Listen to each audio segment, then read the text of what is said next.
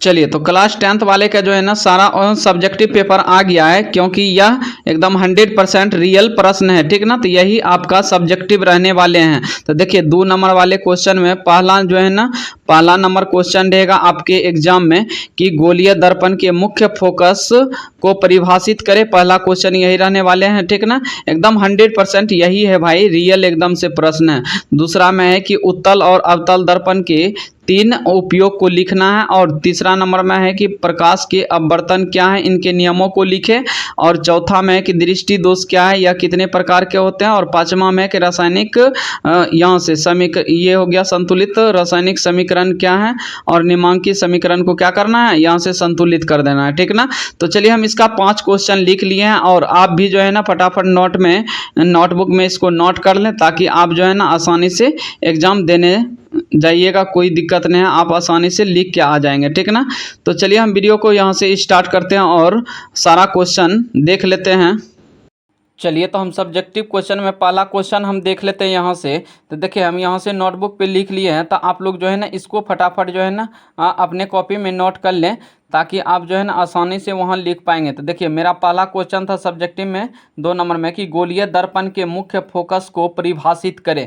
तो आपको क्या लिखना है इसमें कि गोलीय दर्पण के मुख्य अक्ष के समांतर आपतित प्रकाश किरणें दर्पण से परावर्तन के बाद मुख्य अक्ष के जिस बिंदु पर अभिसारित होती है या जिस बिंदु पर अपसारित होती है, मालूम पड़ती है कि उस बिंदु को दर्पण का मुख्य फोकस कहते हैं। इसे कैपिटल एफ से निरूपित किया जाता है, ठीक ना।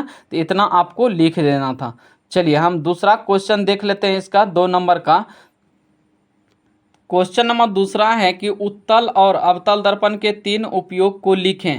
तो देखिए हमको क्या करना है, यहाँ से अवतल के 3 उपयोग पहले देख लीजिए। अवतल दर्पण के 3 उपयोग निम्न हैं।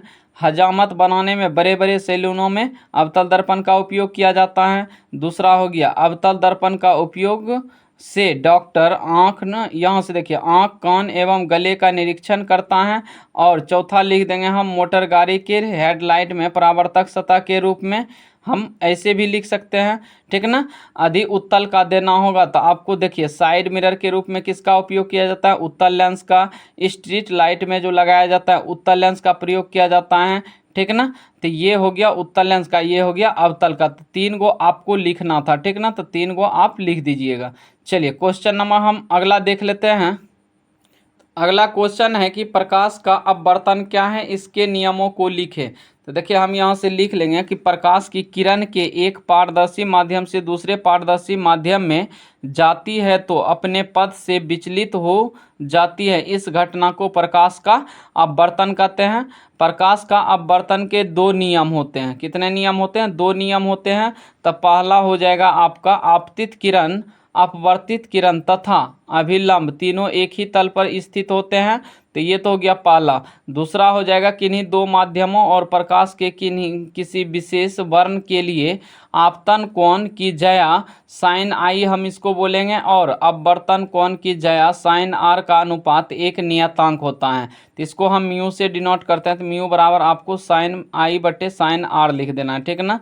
तो ये हो गया आपका तीसरा क्वेश्चन। चलिए हम चौथा क्वेश्चन देख लेते हैं सब्जेक्टिव का।